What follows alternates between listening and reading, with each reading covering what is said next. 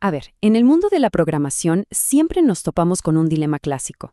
¿Cuándo usar una clase abstracta y cuándo una interfaz? Parece una pregunta simple, pero créanme, entender bien la respuesta cambia por completo la forma en que diseñamos nuestro software. Así que hoy vamos a desentrañar ese misterio. Ok, para entrar en materia, imaginemos una situación muy común.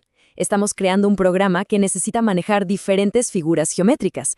Pensemos en cuadrados, círculos, triángulos. El reto aquí es, ¿cómo nos aseguramos sí o sí de que cada una de estas figuras sepa cómo calcular su área y su perímetro?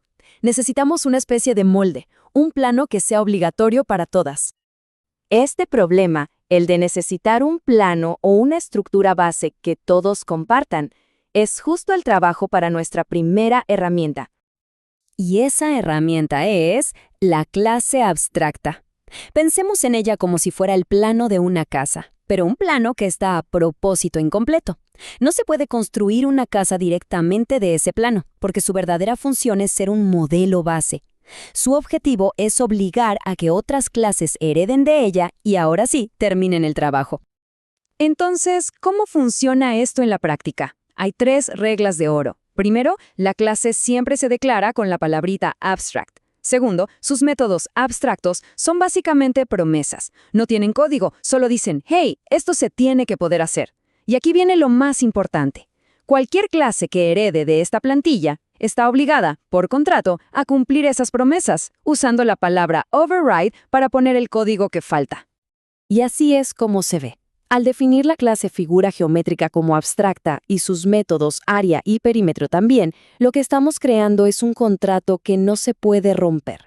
Desde este momento, cualquier clase que quiera llamarse a sí misma figura geométrica tiene que implementar estos 2 cálculos. No hay opción. Y aquí lo vemos en acción. La clase cuadrado hereda de figura geométrica y, como buena heredera, cumple su parte del trato. Usa override y proporciona la lógica específica para calcular el área de un cuadrado. Ahora sí, el plano está completo y funcional. Pero, a ver, ¿qué pasa cuando los objetos no comparten una estructura, una esencia, sino más bien una capacidad? ¿Qué pasa si son cosas totalmente distintas, pero que casualmente pueden hacer algo en común? Aquí es donde el modelo del plano se nos empieza a quedar corto. Para entenderlo, vamos a usar una analogía que es un clásico en programación. Empecemos con un pato. Un pato de verdad. Un pato real, pues, tiene capacidades muy claras, ¿no? Puede volar y puede hacer este sonido tan característico. ¡Cuac! Ahora metamos en la ecuación a un pato de goma. Son 2 cosas fundamentalmente diferentes. Uno es un ser vivo, el otro un juguete de plástico. No comparten la misma esencia, para nada. Este pato de goma, claro, no puede volar, pero, sí puede hacer un sonido, aunque sea un squeak. Y aquí está el dilema. Ambos pueden hacer un sonido, pero sería un error garrafal de diseño decir que un pato de goma es un tipo de pato. Simplemente comparten una habilidad, no una identidad. Así que la pregunta clave es esta. ¿Cómo definimos esa habilidad compartida, ese puede hacer esto, para objetos que no tienen nada que ver entre sí? Forzarlos a heredar del mismo plano sería incorrecto y súper limitante. Y para resolver este problema de capacidades y comportamientos compartidos, tenemos nuestra segunda herramienta, una solución mucho más elegante, las interfaces. Una interfaz no es un plano para construir algo, es literalmente un contrato. Pensemos en ello como una certificación. Si una clase decide firmar este contrato, se está comprometiendo, en términos de código, a que sabe cómo hacer lo que el contrato estipula. En el código, esto se ve súper potente. En lugar de un plano grandote y único, creamos contratos chiquitos y específicos. Por un lado tenemos emisor sonido, para cualquier cosa que haga ruido. Por otro, y volador, para lo que sea que vuele. Son capacidades totalmente separadas. Y aquí está la magia. Nuestra clase pato puede firmar ambos contratos. Implementa tanto la capacidad de hacer sonido como la de volar. Mientras tanto, el pato goma solo firma el contrato que le aplica. Hay emisor sonido. Esto modela la realidad a la perfección. Permite que las clases adquieran distintas capacidades sin forzar una relación de herencia que simplemente no tiene sentido. Bien, Ya que vimos las dos herramientas en acción, vamos a ponerlas una al lado de la otra. Un cara a cara para que todo quede súper claro. Aquí es donde todo encaja. La relación clave. Una clase abstracta define una relación de es un.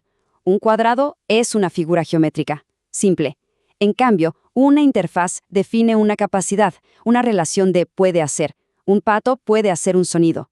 Con la herencia, una clase solo puede heredar de una clase abstracta, solo un padre, por así decirlo, pero puede implementar múltiples interfaces, puede firmar todos los contratos que quiera.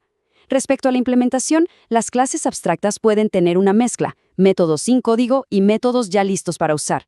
Las interfaces tradicionalmente solo eran promesas, las firmas, aunque ojo, que en versiones más nuevas de C# ya pueden incluir implementaciones por defecto. Pero el propósito final, la gran idea, es esta: clases abstractas para compartir código entre una familia de clases muy relacionadas. Interfaces para definir capacidades que clases totalmente diferentes puedan adoptar. La diferencia entre ser y poder hacer. Ahí está todo.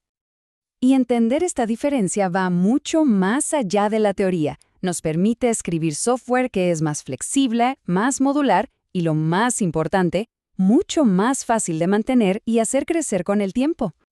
Y esto nos lleva a uno de los pilares del buen diseño, el principio de segregación de interfaces. La idea es simple pero súper poderosa. Es mucho mejor tener varias interfaces pequeñas y especializadas que una sola interfaz gigante. En otras palabras, no obliguemos a una clase a implementar un método que no necesita para nada.